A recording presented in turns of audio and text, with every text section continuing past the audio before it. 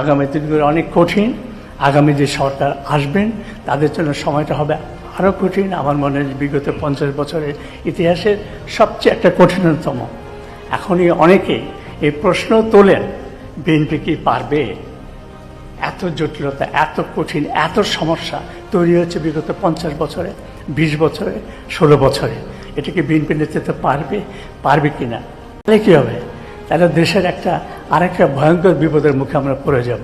আমরা ভয়ঙ্কর একটা যাত্রা হবে যেখান থেকে আমাদের বের হওয়া কঠিন, যার লক্ষণ ইতিমধ্যে আমরা এখনই দেখতে পাচ্ছি। চোরের বাচ্চারা সব কটা চুরি করেছে, চুরি করে টাকা পয়সা কামায়া এখন ওনারা ওই যে পিছনে এই যে এতগুলি পোলাপান যে আপনার জীবন দিল, এই পরিবার, আহতের পরিবার, কারোর কোনো খোঁজ নাই। ওই কয়দিন আগে তারা করেছে, আপনার এই যে মনোনয়ন করেছে, ফর্ম বিক্রি করেছে, এক একজনের কাছ থেকে 10,000 করে টাকা। বিশাল এক বাণিজ্য। ওই রিক্সাওয়ালা ছেলেটা আমার কাছে কান্নাকাটি করে প্রতিদিন, ভাই ওরা তো ভাই ধান্দাবাজি করতেছে, ভাই এই এত টাকা পয়সা আমাদের কাছ থেকে নিচ্ছে। আমি মনে করছি যে এই পোলাটার বোধহয় ওরা মনোনয়ন দিবে, মনে হয় যেখানেই দেখ এক জায়গায় দিবে। সেই ছেলেটাকে দেয়নি তো, তুই আগে জানিস না? ওরে যে দিবি না, ও রিক্সা চালক দেখে ও পাপি। তোরা সব শিক্ষিত, এই কারণে এখন তোদের টাকা টাকা পয়সাটা আসছে, নতুন নতুন পাঞ্জাবি, দামি দামি ব্র্যান্ডের জুতা টুতা, ঘড়ি টড়ি ইয়েতে আসছে, বিদেশে টাকা পয়সা হয়েছে, তোরা বিশাল আকারে কিছু একটা। তো ও টাকাটা নিলি কেন? ও টাকাটা কিসের জন্য নিলি? ও টাকাটা ফেরত দিয়ে দিবি। কিন্তু রিক্সাওয়ালারা আমি কিন্তু লাইভে নিয়ে আসবো, টাকা ফেরত দিয়ে দিবি আরামসে। তো আমি আমি এদেরকে না কিচ্ছু বলি নাই এতদিন ধরে। আমি এদেরকে বলেছি যে ভাই আপনারা জুলাই যোদ্ধা ছিলেন, আপনাদেরকে সম্মান করি ভাই, কিছু কিছু জায়গায় একটু থেকেন। আরে ভাই, তুই প্রথম আলোরে নিয়ে যখন কথা বলবি, প্রথম আলোর পক্ষে, প্রথম আলোর অফিসে গিয়ে যখন ভাষণ দিবি, তুই আমার চ্যাটের বাল। এর আগে একবার আসিফকে মাফ করছি, আসিফ মাপ চাইছে যে ভাই এরকম আর জীবনে কোনোদিন হবে না, আমরা আর কখনোই ওইখানে যাব না। আসিফ নজরুল আমাকে নিয়ে গিয়েছিল, ব্যাস এটা বলে মাফ করে দিলাম। আবার সে কালকে আবার ফের সে একই কাজ করেছে। তো তোদের মাফ করে দিব এখন? এখন মাফ করে দিব? তো প্রথম আলোর বিষয়টা বলে আপনাদেরকে শেষ করি। সেটা হলো 21শে আগস্টের গ্রেনেড হামলা। এই প্রথম আলো নিউজ করেছে। আমার যে ফেসবুক পেজে লাইভ চলছে সেখানে যান, গিয়ে দেখেন সেই সেই আছে। সেই লাইভে সেই ইয়েতে তারা কি বলেছে যে খালেদা ছিল। আপনাদেরকে কিছু দেখায় এক এক করে, হ্যাঁ? আচ্ছা, এটা পড়েন, শিরোনামটা পড়েন। তাজউদ্দিনকে পাকিস্তানে পাঠায় ডিজিএফআই, জানতেন খালেদা। প্রথম আলোর নিউজ। আচ্ছা,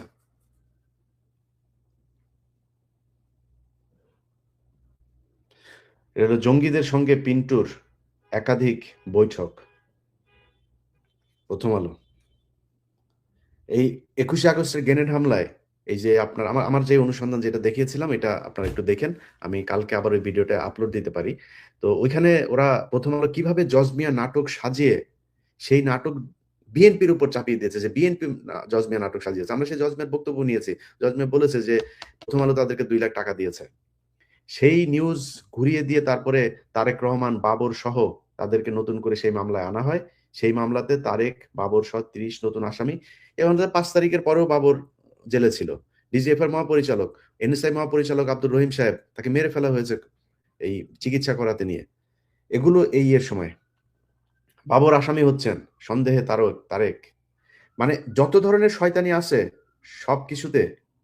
এই যে হামলার আগে বৈঠক হয় পিন্টুর বাসায়। পিন্টু চিনেন তো, বিএনপির সাবেক মন্ত্রী। আচ্ছা, তারেক বাবরের বিরুদ্ধে 21 কোটি টাকা ঘুষ মামলার অভিযোগ। আচ্ছা, তারপর দেখেন, তারেক, বাবর, হারিস ও মামুন বিএনপির 4 মহা দুর্নীতিবাজ। এটা নাকি ফালু নাকি বলছে। আচ্ছা, দেখেন, পাকিস্তান, কুয়েত ও সৌদি 300 কোটি টাকা দিয়েছিল বিএনপিকে এই জঙ্গিবাদ সাজানোর জন্য। খালেদার সম্মতিতে বসুন্ধরার কাছে 100 কোটি টাকা চেয়েছিলেন তারেক। টাকা ফেরত দে, টাকা ফেরত দে। এই যে টাকা আছে, এই পাকিস্তানের কাছ থেকে নিয়েছি জঙ্গিরা, তারপরে কাছ থেকে, বসুন্ধরার কাছে টাকা ফেরত দে আগে। ধাপ করে যায় প্রথম আলোর অফিসে গিয়া বিবৃতি দিয়া দেন আপনারা, তাইলে সেগুলির হিসাব দেন। একটা পত্রিকার অফিস এক তো আপনারা আগে ভেঙেছেনই, এখনকার কথা যদি বলি, একটা পত্রিকার অফিস বড় নাকি 500 মানুষের জীবনের দাম বড়? আমারে বুঝান, কোনটা বড় আমারে বলেন। পত্রিকা অফিসের এই প্রথম আলোতে এই যে মতি, টিপু সুলতান, মহিউদ্দিন এরকম কয়েকজন আছে, এরা সরাসরি রয়ের সাথে মিলে যাদেরকে গুম করা হইতো তাদের কাছে যাইতো। তাদের গোপন জায়গায়, যেখানে অজ্ঞাত জায়গায় কেউ জানে না, তাদেরকে তখন অ্যারেস্টও দেখানো হয় নাই। অ্যারেস্ট ধরে নিয়ে যাওয়ার 6 মাস পরে গোপন কোনো জায়গায়, কোন জায়গায় সেটা তারাও জানে না এখনো, সেখানে ভারতীয় রয়ের স্টেশন ম্যানেজার থাকতেন, ইন্ডিয়ান হাই কমিশনের অফিসের লোক থাকতেন, সন্তোষ শর্মা থাকতেন, মতি থাকতেন। মতির অফিস থেকে ভিডিও কনফারেন্সে তাদের সাথে যুক্ত করা হইতো। টিপু সুলতান নিজে থাকতেন, মহিউদ্দিন থাকতেন। মিথ্যা কথা বানায়ে মেজর জিয়াকে করা হয়েছে না? এই কাজগুলো তারা করে তারপরে মানুষকে হত্যা করেছে। 21শে আগস্টের ঘটনার পর কয়জন মানুষকে, এই যে মুফতি হান্নান, একটা নিরীহ নিষ্পাপ একটা মানুষ, ফাঁসি দেওয়া হয়েছিস তোরা এই প্রথম আলোর কারণে। তাদের বিচার হবে না? বিচারের ঊর্ধ্বে তাদের বিচার হইতে দেওয়া যাবে না। যাদেরকে সুন্দর সুন্দর জুতা জামা দিয়া তারপরে নবাবের নাতি টাতি বানানো হয়েছে, তাদের সমস্যা নাই। এই দেশের মানুষের সমস্যা আছে প্রথম আলোতে। আপনাদের কাছে অনুরোধ থাকবে, প্রথম আলোর প্রকাশনা আবার যদি শুরু হয়ও, প্রথম আলো পত্রিকা এই কয়দিনের ভেতরে যে ব্রেকডাউন হবে, এর মধ্যে আপনার নতুন পত্রিকা নেবেন। আমার দেশ নেন, অনেক পত্রিকা আছে, প্রথম আলো নেবেন না। প্রথম আলো পত্রিকা থেকে বের হয়ে আসবেন। প্রথম আলো সহ এই বিপ্লব যেই কারণে হয়েছিল, আজকে মানুষরা আপনারা মাথায় নামলে বলেন মব, যে মানুষগুলো মারা গিয়েছে 24 সালে, এই মানুষগুলো মারা যায় নাই? মিথ্যা কথা নাকি এটা? মামলার আসামিরা বাইরে ঘুরে কেন? পেট ভরে গিয়েছে, এই জন্য এটা নিয়ে আর এখন কথা বলতে মনে চায় না? পেট ভরে গিয়েছে? ভাই তোমরা কি, তোমরা এই যে এনসিপির কয়েকজন যে ফাল পারতেছো, তোমরা কি ডা ভাই এই দেশের? কি তোমরা কি আমারে বলো? জুলাইতে তোমরা বিশাল আকারের একটা হাইপ, এই দেশের মানুষ তোমাদেরকে ভালোবাসছে, তোমাদেরকে বিশ্বাস করেছে, তোমাদের সেটায় লাথি দিয়া রাস্তা নামাই দিচ্ছে। এখন ডাক দাও, আমি 5,000 মানুষ দেখতে চাই। ধান্দাবাজি আজকে থেকে শুরু হয়নি, কিচ্ছু বলি নাই। আসিফ ধান্দাবাজি করে, নাহিদ ইয়েতে থাকতে ধান্দাবাজি করেছে, মাহফুজের ভাই এখন প্রায় 3-4 হাজার কোটি টাকার মালিক। আমি মাহফুজে জিজ্ঞেস করছিলাম, আচ্ছা ভাই আপনার ভাই এরকম করে কেন? কয় ভাই আমি বলে দিয়েছি যে আমার ভাইয়ের সাথে যেন আর কেউ যোগাযোগ না করেন। জিজ্ঞেস করেন, ওরা জিজ্ঞেস করেন এই কথা হয়েছে কেন। উনি করেন না, ওনার ভাই করেন, উনি কিচ্ছু বুঝেন না। সবকটা দুর্নীতিবাজ, সবকটা দুর্নীতি করে গিয়েছেন। দুর্নীতি করে তারপরে তারা এখন একটা সুশীল হয়ে একটি এমপি হইতে চান। ওরা, আমি ওরা জিজ্ঞেস করলাম যে এই যে যেদিন বাংলা এডিশনের উদ্বোধন, সেদিন এই হাসনাত সার্জিদ, ওদেরকে কিন্তু আমি বিশাল সম্মান দিয়েছি ভাই। ওরা বিএনপির এত বড় বড় নেতারা, আমির খসরু ভাই, তারপরে অনেক বড় বড় নেতারা গিয়েছেন। জামাতের প্রায় পুরো টিম, জামাত মানে ওই দিন আমি তো আসলে এখানে থেকে অ্যারেঞ্জমেন্ট করতে পারিনি, জামাতকে একটা অপমান করা হয়েছে সেদিন। আমিও জামাতের এই ভাইটাই সবাই গিয়েছিল, মানে জামাতের খালি আমির, নায়েবে আমির বাদে সবাই গিয়েছিল সেদিন। ওগুলো ঠিক মতো আমি আপ্যায়নও করতে পারিনি, এই এদের চোদনে। জুলাই যোদ্ধার বাবা, এই সে, এদেরকে দিয়েই আমরা উদ্বোধন করিয়েছি। ওই দিন এই হাসনাত সার্জিদ এদেরও আসার কথা ছিল। আসিফ আগের দিনও বলেছে আসবে, মাহফুজ দেখবে, আসে নাই পরে যদিও। যাই হোক, তো তারা আসার কথা বলে পরে আর আসলো না, মারামারি হইলো গোপালগঞ্জে। তা আমি প্রোগ্রাম বাদ দিয়ে যখন শুনলাম ওইখানে হামলা হয়েছে, আমি বললাম যে ভাই কি সমস্যা, ওইখানে কি হয়েছে? আমি বললাম তো আপনারা লোকজন নিয়ে যাবেন না, আপনারা ব্যাকআপ নিয়ে যান নাই? লোকজন কোথায়? কয় ভাই লোকজন তো আমরা আনতে পারিনি, আমাদের ফান্ডের সমস্যা। ফান্ড কেন? তার 1 সপ্তাহ আগে কথা হয়েছে আমার সাথে, এই আসিফ আর মাহফুজ টাকা কামাবে, সেই টাকা ওরা নাকি নির্বাচন করতে খরচে লাগবে। সার্জিসের মুখের ভাষায় এটা খরচের টাকা, ভাই খরচের টাকাটা দরকার আছে, ওরা দেওয়ার কথা ছিল, 1 টাকাও দেয়নি। এখন আসিফ নাকি বলছে যে আমার টাকা পয়সা শেষ। এই হচ্ছে তারা চাঁদাবাজ ভাই। কোনো সমস্যা ছিল না, চাঁদাবাজ তো এই দেশে এরপরে যারা ক্ষমতায় আসতেছে তারাও চাঁদাবাজি শুরু করে দিয়েছেন। চাঁদাবাজি তো হচ্ছে, কোনো সমস্যা নেই, কিন্তু এই চাঁদাবাজির মাঝখানে তারা প্রথম আলোর পক্ষে কথা বলবে আর মাইনে নিব, এইটা অস্তিত্বের লড়াই। এই দেশে এই যে দেশকে জঙ্গি বানানো হয়েছে, এটা এদের কারণে। ভুলে যাও মাদ্রাসার স্টুডেন্টদের কথা, আলেমদের কথা ভুলে যাও। এরা নেমে এসেছিল সেদিন। সবচাইতে বেশি মানুষ এই যাত্রাবাড়িতে মারা গেছে। কারা তারা? মাদ্রাসার ছেলেপেলে। লাশের পর লাশ পড়েছিল সেখানে। সেই তাদেরকে ভুলে গেছেন? তাদেরকে জঙ্গি বানায় আবার ফের প্রথম আলোকে দিয়ে আবার জঙ্গি নাটক সাজায়ে তারপরে করবেন। এটিও, অ্যান্টি টেররিজম ইউনিট যেটা, এই এটিও গতকালকে জেল গেট থেকে একটা ছেলেকে ধরে নিয়ে আসছে। তার জামিন হয়েছে। অনেক বছর পরে কালকে বের হয়েছে। তাকে ধরে নিয়ে আসছে। আমি এই ঝামেলা-টামেলার কারণে আমি এটাতে সময় দিতে পারি নাই। এটিও ভালোই বলি ওরে ছেড়ে দিয়েন। এই দেশ জঙ্গিবাদের দেশ না। আমরা খুবই লিবারেল মুসলিম আমরা। আমরা কোনো টেররিজম, কোনো এগুলোতে আমরা বিশ্বাস করি না। বিপ্লব চলছে দেশে। আপনি যদি নাকি মানতে না চান যে কেন হবে, করা হবে, বিপ্লব চলছে। ওইদিকে দাদাকে এই ফ্রান্সের পুলিশ জিজ্ঞেস করেছে। ওইখানকার ইন্টেলিজেন্স জিজ্ঞেস করে কথা বলেছে তার সাথে যে কিছু জবাব দিয়েছে। বলছে হ্যাঁ এই হচ্ছে। খুব সুন্দর জবাব দিয়েছে। আমার এইখানে একবার ডেকেছে। বলছে হ্যাঁ হচ্ছে তো। আমাদের দেশে তো এখন যুদ্ধ চলছে। এই দেশে তো কোনো গভর্নমেন্ট, আমাদের অ্যাকর্ডিং টু কনস্টিটিউশন আমাদের দেশে কোনো গভর্নমেন্ট নেই। যে আমাদের প্রধানমন্ত্রীকে ওরা বের করে দিয়েছে। বের করে দিয়ে এখন একটা এই টেররিস্ট গ্রুপ তারা ক্ষমতা ধরে রাখছে। আমি বলছি আমরা তাদের বিরুদ্ধে লড়াই করছি গণতন্ত্র ফিরিয়ে আনার জন্য। কোন দিক দিয়ে আটকাবি বল? তুই যেমনে খেলবি অমনে খেলবো। আমাদের কোনো সমস্যা নাই তো। এখন যদি নাকি মনে করেন যে বিপ্লব চলছে, তাহলে বিপ্লব চলবে। আপনি অ্যারেস্ট করবেন না কেন? আপনার এই যে আসিফ নজরুল দিয়েছেন যে কোনো সমস্যা নাকি নাই, করা যাবে না। কি বলে আসিফ নজরুল বলেছে যে এই জামিনের ব্যাপারে, এই যে হাদির যে খুনি, তার জামিনের ব্যাপারে তার কোনো দায় নেই। আসিফ নজরুল চুতিয়া, তুই যে জজদেরকে আওয়ামী লীগের সময় যে জজগুলো সবচাইতে বেশি জাউরামি করেছে তাদেরকে এখন পর্যন্ত তুই বিভিন্ন জায়গায় সিএমএনটিএম এগুলো বানায় রাখছিস। এটা কার কাজ?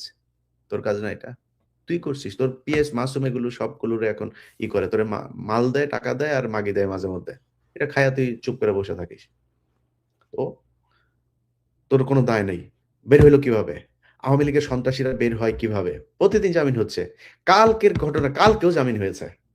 আর এটিও যায়া জেল গেট থেকে সেই আলেমদেরকে ধরে আনে যে আলেমরা তোদেরকে রক্ত দিয়া তারপরে তোদের এই চেয়ারের মধ্যে বসাইছে। তোর এই বাপ ছাড়া তোদের কোনো বাপ আলেমদের একটা জামিনের ব্যাপারে কোনো কাজ করেনি। মানে ভিতরে আলেমরা যারা করছেন তারা করছেন, কিন্তু আলেমদের বাইরে তোর এই বাপ ছাড়া কেউ করে না। যা ডিআইজি পিজন রে যায় বল, আইজি পিজন রে যায় বল, কাশিমপুরে 1 এর বল, 2 এর বল, কেরানীগঞ্জে যায় বল, জেলারদেরকে জিজ্ঞেস কর তোর বাপ কয়জনের জন্য ফোন দিয়া তারপরে করছে। সব শেষ সেটাও 10 দিন আগে বের করছে এক মহিলাকে। হ্যাঁ, তো হালিমা নামে এক মেয়েরে বের করছে। মহিলা সেই 2009 সালে আটক হয়েছে। গত 16 বছর এই মহিলাটা জেলখানায় ছিল। জীবন শেষ, বুড়া হয়ে গেছে পুরা। তোর এই বাপ বের করেছে, তোর বাপ। যাক, কাশিমপুরের মহিলা জেলার জেল সুপার যে আছে জিজ্ঞেস করে যায়, তোর বাপ সময় দিছে 15 মিনিটের মধ্যে ছাড়তে হবে, ছাড়া দিছে। তোর বাপের বাইরে গেছিলি যেই মানে এই দৌলতদিয়া ঘাটের বাচ্চারা মনে কর 2 দিন ধরে প্রথম আলোর পক্ষে করছিস। তোদের সব কটার জন্ম হয়েছে দৌলতদিয়াতে। তোরা এই দৌলতদিয়ার বাচ্চারা এখন প্রথম আলোর পক্ষে যে কথা বলছিস, তোদের এই দেশে আজ পর্যন্ত 1.5 বছর সময় হয়েছে। যাদের এই 1.5 বছর আগে সুযোগ ছিল না, যারা সময় পেয়েছিস, তারাই 1.5 বছর এই দেশের জন্য কি করেছিস বল? জঙ্গিবাদ মুক্ত করতে চাস? জঙ্গিবাদ মুক্ত কর। খালেদা জিয়ারে ধর, তারেক রহমানরে ধর, কোকরে ধর, এগুলো জঙ্গিবাদের মূল হোতা। প্রথম আলো বলেছে। প্রথম আলোর কথা যদি শুনিস তাহলে ওইটা ধর। আর যদি প্রথম আলোর কথা না শুনিস তাহলে প্রথম আলোর বিচার কর। আমরা তো চাই বিচার কর। বিচার কর। কেন বিচার করিস না? বিচার না করে সেই যারা জঙ্গিবাদের করেছে তারা এখানে কি প্রথম আলো কি সাপ নাকি? কামড় দিবে, ছোবল দিবে? কি হয়েছে? প্রথম আলোর সমস্যা কোথায়? প্রথম আলোর বিরুদ্ধে কথা বলি না আমরা? কি হয়েছে? এদেশে প্রথম আলোর বিরুদ্ধে কথা বলে নাই কেউ, এখনো বলে না কেউ। তাদের কি হচ্ছে? মাল পানি খেয়ে প্রথম আলো তো টাকার অভাব নাই। এই যে প্রথম আলোর সাথে আপনার ধরেন বসুন্ধরার দ্বন্দ্ব দেখবেন এখন এই মুহূর্তে মেঘনার যারা 71-এর মালিক ছিল, সেই মেঘনার ওর নাম কি, মোস্তফা কামাল, প্রধান উপদেষ্টার পাশে দাঁড়ায় থাকে। আরে ভাই, ইয়েরা দেখা করতে চায়। এস আলমের সবচেয়ে বড় কেশিয়ার সালাউদ্দিনের পোলা প্রধান উপদেষ্টার সাথে দেখা করতে চায়। 2024 সালে নির্বাচনে গিয়েছে একে আজাদ, এই হামিম গ্রুপের চ্যানেল 24 এর মালিক। এই শালা ওদের পাশে যায় প্রোগ্রাম করে। কোনো সমস্যা হয় না তাদের, কোনো সমস্যা হয় না। অথচ বসুন্ধরার পিছনে লেগেছে। কেন লেগেছে জানেন? বসুন্ধরার পিছনে বসুন্ধরার বহুত সমস্যা আছে। সমস্যা এই দেশে ভাই সব ব্যবসা প্রতিষ্ঠানেরই আছে। এমন একটা কেউ নাই। এই দেশের মূল সমস্যা ভাই এনবিআর এর মূল সমস্যা হইল গিয়া এই বিআরটিসির এই কি বিএসটিআই মূল সমস্যা বাণিজ্য মন্ত্রণালয়ের সবখানে সমস্যা আছে ভাই। জয়েন্ট স্টক থেকে শুরু করে যেখানে যাবেন সবখানে টাকা পয়সা না দিলে না করলে আপনি কোনো জায়গায় কোনো ঝামেলা পাবেন না, সুযোগ পাবেন না। প্রতিষ্ঠানই চালাইতে পারবেন না। কিন্তু বসুন্ধরার ইয়েতে লেগেছে। কেন লেগেছে জানেন? কারণ বসুন্ধরা এখন একমাত্র সমস্যা। এর কারণ হলো বসুন্ধরা প্রথম আলোকে বিজ্ঞাপন দেয়নি। আমি যারা করেছে সেই ৩ তারিখ থেকে শুরু করে এই ১৫ বছর না, এই ৫৪ বছরের যত প্রতিষ্ঠানের মালিক ইনক্লুডিং বসুন্ধরা সবার বিচার চাই। কিন্তু প্রথম আলো যেহেতু এই বসুন্ধরা যেহেতু প্রথম আলোকে বিজ্ঞাপন দিবে না, এইজন্য বিচারটা খালি বসুন্ধরার হচ্ছে। বসুন্ধরার ব্যাংক অ্যাকাউন্ট সিজ করা, বসুন্ধরার মালিকের বিদেশ যাত্রায় সমস্যা। আর ভাই আমি কোনো সমস্যা নাই। আমি কেউ মনে করি না যে আমি কারো পক্ষে টক্ষ নিয়ে কথা বলছি। তাহলে সবার এক ইয়ে করেন। সবার এক না কেন? যেই ফ্যাসিস্ট, যেই একে আজাদ ৩ তারিখে বক্তব্য দিল, স্লোগান দিল, রাজনৈতিক নেতার মতো স্লোগান দিয়েছে। ২৪ এর নির্বাচনে গিয়েছে। বসুন্ধরার মালিক ২৪ এর নির্বাচনে গিয়েছে নাকি? সরাসরি আওয়ামী লীগে যোগ দিয়েছে? তো আওয়ামী লীগে যোগ দিয়েছে। সে আপনাদের পাশে ঘুরে। মোস্তফা কামাল সারা জীবন ৭১ দিয়া সারা দেশের ক্ষতি করলো। সে মোস্তফা আপনাদের এখন পীড়িতের লোক। কি হইছে? মাল পানি দিয়েছেন। মাল পানি জায়গা মতো দিতে পারলে তাইলে আপনি সবকিছু ঠিক করতে পারবেন। তো এই মাল পানিতেই চলছে দেশ এবং এই মাল পানি দিয়েই সেই ৫৫ বছর ধরে ভাই এই দেশের সাধারণ মানুষ যারা আছেন তাদেরকে জিম্মি করে রাখা হয়েছে। আমরা ৫ তারিখের পরে একটা নতুন বাংলাদেশ চেয়েছিলাম, সেই বাংলাদেশ হইতে দেওয়া হয় নাই। এই দেশের যে প্রবাসীরা আছেন একমাত্র একদম শুধু এই ১.৫টা বছর বাংলাদেশটা টিকে আছে শুধুই প্রবাসীদের জন্য। নট ইভেন ১.৫ বছর, লাস্ট 55 ইয়ার্স এটা পুরোটাই এই প্রবাসীদের কারণে টিকে আছে। মনে আছে না খেয়ে থাকতো ভুকা নাঙ্গা জাল জিয়াউর রহমান আইসা তারপরে এই বিদেশে লোক দেওয়া শুরু করলো। তার আগ পর্যন্ত এই দেশের মানুষ না খেয়েই থাকতো। এই হইছে অবস্থা। সেই বিদেশের লোকগুলোরে কি সুযোগ সুবিধা দিয়েছেন? মালয়েশিয়াতে লোক পাঠাইতে সিন্ডিকেট ছিল আওয়ামী লীগের সময়। আসিফ নজরুল এসে সেই সিন্ডিকেট বানিয়েছেন। খালি মালিকগুলো চেঞ্জ করেছেন। তো পোলাপানের যাইতে ৫ লাখ, ৩ লাখ, ৪ লাখ সেটাই লাগে। আমার লাভটা কি হইল? আমারে ভাঙ্গাচুরা বাংলাদেশ বিমানের টিকেটে দিচ্ছেন, সেইখানেও ৩-৪ গুণ টাকা বেশি নিয়ে আমারে টিকেট করতে হয়। এমন জায়গায় অন্য এয়ারলাইন্সের ইয়েও নাই, ফ্লাইটও নাই। মানুষ বাধ্য হয়ে যাইতে হয়। এগুলো করে রেখেছেন আপনারা। দালালি, পাসপোর্ট অফিস, ঢাকা মেডিকেল, চিকিৎসা খাত। কোন জায়গায় আমারে বলেন একটা জায়গায় ঠিক হয়েছে? কিন্তু বিপ্লবীরা চুপ হয়ে গেলেন, চুচিল হয়ে গেলেন। ওনারা এখন সুন্দরভাবে দেশে এই পরিস্থিতি কোনো কিছু যেন সমস্যা না হয়। চোর বাটপারদের নিয়ে ওনারা সংসার করবেন। একটু সংসদ সদস্য হবেন।